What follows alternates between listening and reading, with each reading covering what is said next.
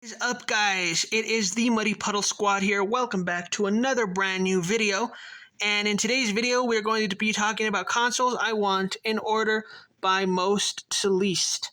So before we get into the video, though, I do want to remind you guys, please do not forget to click that big red subscribe button. It really helps out the channel a lot. And you guys never miss out on my content. So now let's get into the consoles that I want in order by most to least. So the console that I want them, and by the way, these are consoles that I don't have. These are consoles that I do not have. Like I would love to have a Sega Sports Dreamcast, which is the black version, but I already have a Dreamcast. I just don't have the sports version. So these are unique consoles that I do not have.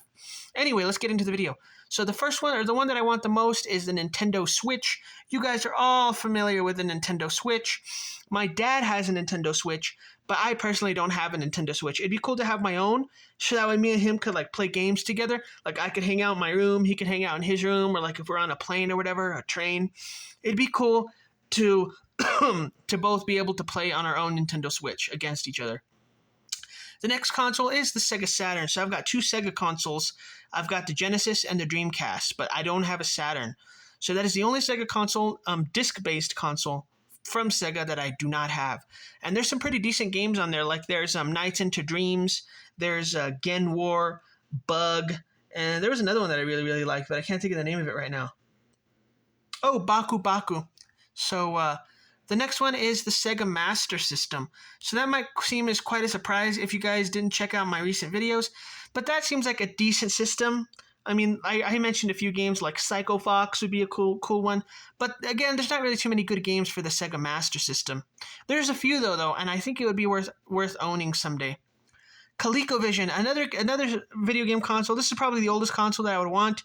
It's a very, very simple console, but it has some decent games like Montezuma's Revenge and Antarctic Adventure. The next one is a PlayStation 5, another console that my dad has that I do not have. So this one is kind of towards the bottom of the list because I'm not as into like the newer consoles. I'm more into like the stuff that I grew up with. Plus my dad already has a PS5, so I mean, he lets me play on his. So I'm very experienced with the PS5. Well, not very, but you get the point. The next one is a rare console, the Apple Bandai Pippin. There are a couple of good games for this, like Exotic Sushi. There was one called Marathon. There was another called Gus's Adventures. So this would be a really cool console to have. The only problem is that it's like $800 to $1,000, and a console's not worth that much. I'm sorry.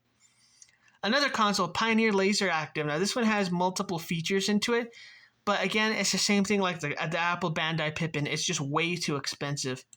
And the last console that I would kind of want is the Xbox Series X. And the only reason why I would want the Xbox Series X is because that's the only Xbox console I do not have. So it'd be kind of cool to have it in my collection, but I don't think I would ever play this console, as it's not as good as some of the other ones, in my opinion. It's not to my interest, not to my taste, rather. Shouldn't say it's not as good, but it's rather not to my taste. Anyway, thanks guys for checking out this video. I hope you all enjoyed it. And I will see you guys in the next one.